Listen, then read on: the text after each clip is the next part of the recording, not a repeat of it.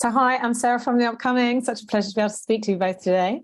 Maybe you could just kick off with a brief introduction to this really heartwarming, wonderful Christmas film, Your Christmas or Mine. What can audiences expect when they watch it? Who wants to kick off? So we have a pretty classic, as you said, very heartfelt, wholesome Christmas movie. It's about a lot of things, but it's about our couple, mine and Cora's characters, who decide to surprise each other on Christmas Day by spending Christmas at their house. But they both decide to do it and therefore spend Christmas with each other's family without the other person. And they end up getting snowed in and are stuck spending a very different Christmas with a very different family, and all of the kind of chaos that ensues from that. And I guess there's something about Christmas films. I mean, whatever kind of genre film you normally like, everybody has a Christmas film that they really love. So was it always an aspiration for each of you to be in a Christmas movie? And which was your favorite one growing up? Or, you know, it's not Christmas for you unless you've watched that one film. Cora? Gosh, I don't know if it was an aspiration, but when it came around, I was like, life made. I've made it. Like, we're good now. No need to work anymore. I'm joking.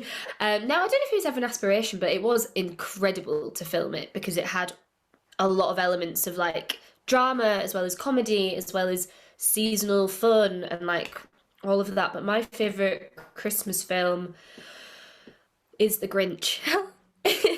I like absolutely love The Grinch. Yeah. For you, Asa?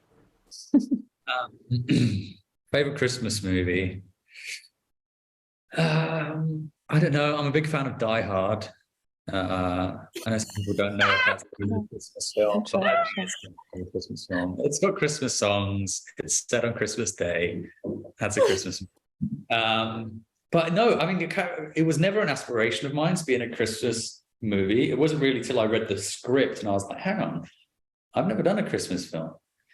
And until we had this coming out, I didn't realize how many Christmas films get made each year. It's a real thing, Christmas movies, which I don't think I fully appreciated until I was a part of one myself. And now here I am with my own Christmas film.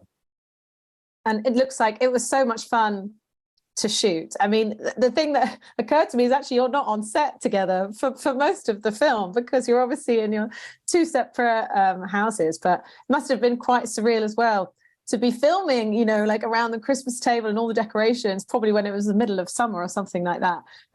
So what were some of the highlights and maybe some of the challenges along the way of shooting the film?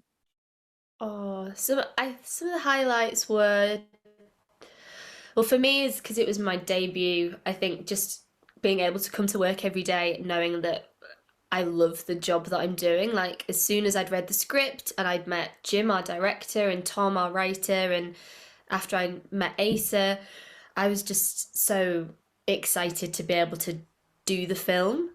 But some of the highlights, what were some of the highlights? The snow. Like, even though it was fake snow, when it is like falling, we had a company that would do the snow. When it was falling, it actually was insanely surreal because it was 28, 29 degrees in August last year, but it was snowing. And then you're there sort of going like cold, but you're not. And I never thought, not that acting would be that hard, but it was a challenge to be like, I'm cold, it's snowing, I'm sweating, oh God. But that was definitely a highlight as well as a challenge. Definitely a highlight. Yeah, you really think about when you're doing a Christmas movie that, one, you're probably going to be in the summer. Two, the snow's not real. Three, you've got to pretend to be cold all the time. It's the kind of challenges that come up when you finally get to set. You're like, oh, I'm wearing like how many layers? Yeah. No, it was, I think we all kind of, even though it was summer, we all just wanted to capture that Christmas spirit. So lots of Christmas songs being played on lots of speakers or whatever, pulling Christmas crackers, and people in the crew sort of wearing Christmas jumpers. I think we all kind of banded together to try and really like live in that sort of festive mode. which, as someone who loves Christmas, even though it was a little surreal for the first week, is like, you know what? Why not have 2 Christmases? Like, who cares? But no, we had a real laugh. And, yeah, just even though me and Cora have only like 4 scenes together. Yeah, 3 or 4. Yeah. It was special. And I remember how we had our chemistry read together. I think that was the first time we'd met. And immediately was like, okay, this is gonna be great. Cora's amazing.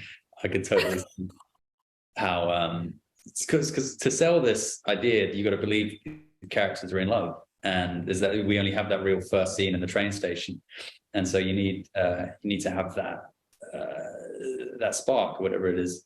And Cora just brought so much energy and life to Haley. I was like, okay, I can see why James has fallen for her. She's great. And I love the way it kind of like plays up sort of like these complete opposites in terms of their backgrounds and their families and their cultures, but still within both of the characters, there's so much to like, as well as both of them being flawed in their own way. And was it a lot of fun to kind of lean into, I guess, for you, Asa, kind of like your really posh accent, and for you, Cora, kind of, with your northern accent, and, kind of like go to those like extremes a little bit? Yeah, it was really lovely. And what I also love about the film is that regardless of their differences, like, they're still, what am I trying to say? I'm trying to say that it doesn't matter where they could have come from. Like, this story is so universal. Like, it could be like an older couple, or it could be like a like same-sex couple. Like, it could be anything, and this story would completely sell because it's so heartwarming and delicious. And after the time that we've had not being able to see our loved ones at Christmas, I think it's really going to like hit home with a lot of people. But in answer to your question, it was so nice being able to like really go northern, because I am northern, but sometimes people are like, oh, can you do like another accent or whatever? And I was like, can I just be northern? So it was gorgeous to be able to just be like, not northern. For you, Asa, did it come naturally to sort of really sort of dial up the posh accent? Actually not. After the first couple of days, Jim, our director, was like, I think you need to go posher. We're really trying to like sell this, like, there's 2 people from 2 different worlds. And Alex Jennings, who played my dad,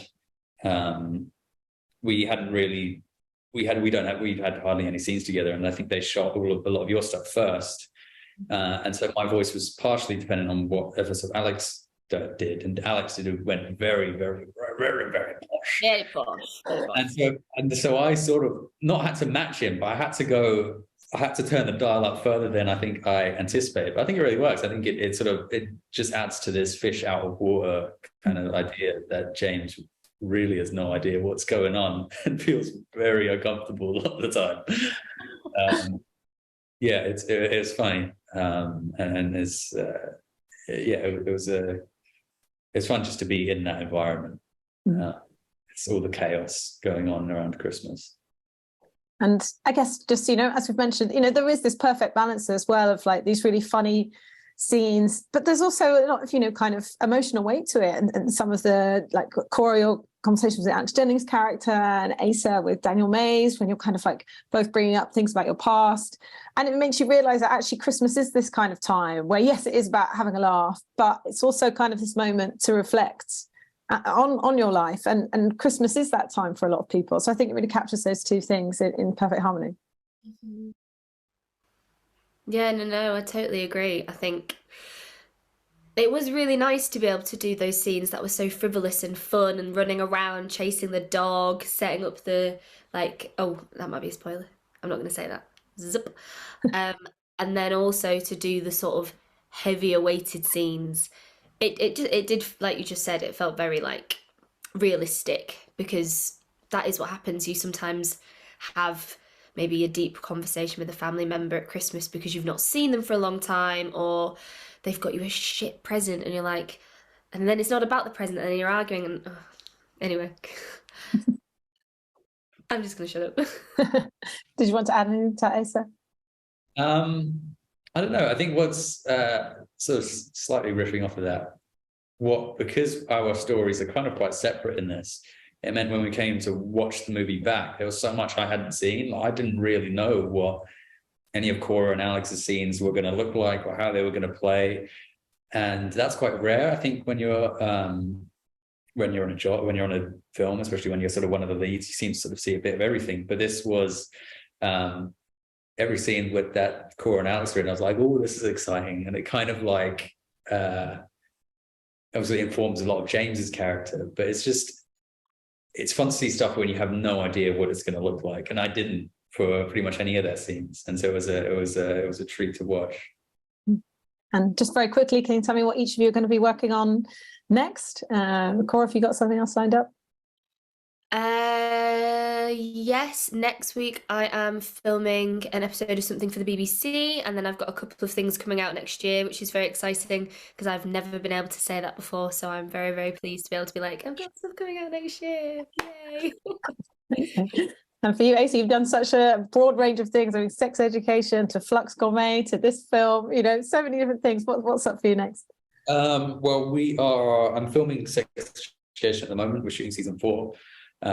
So I've been pretty flat out on that since August. And we've got another couple months on the shoot. So I'm in that world at the moment. And will be for a little while still. Good fun. Well, thank you so much for sharing all that with me. And I can't wait for everyone else to have the chance to see this incredible Christmas film. Thanks so much. Thanks. Lovely to chat to you. Thanks. Bye.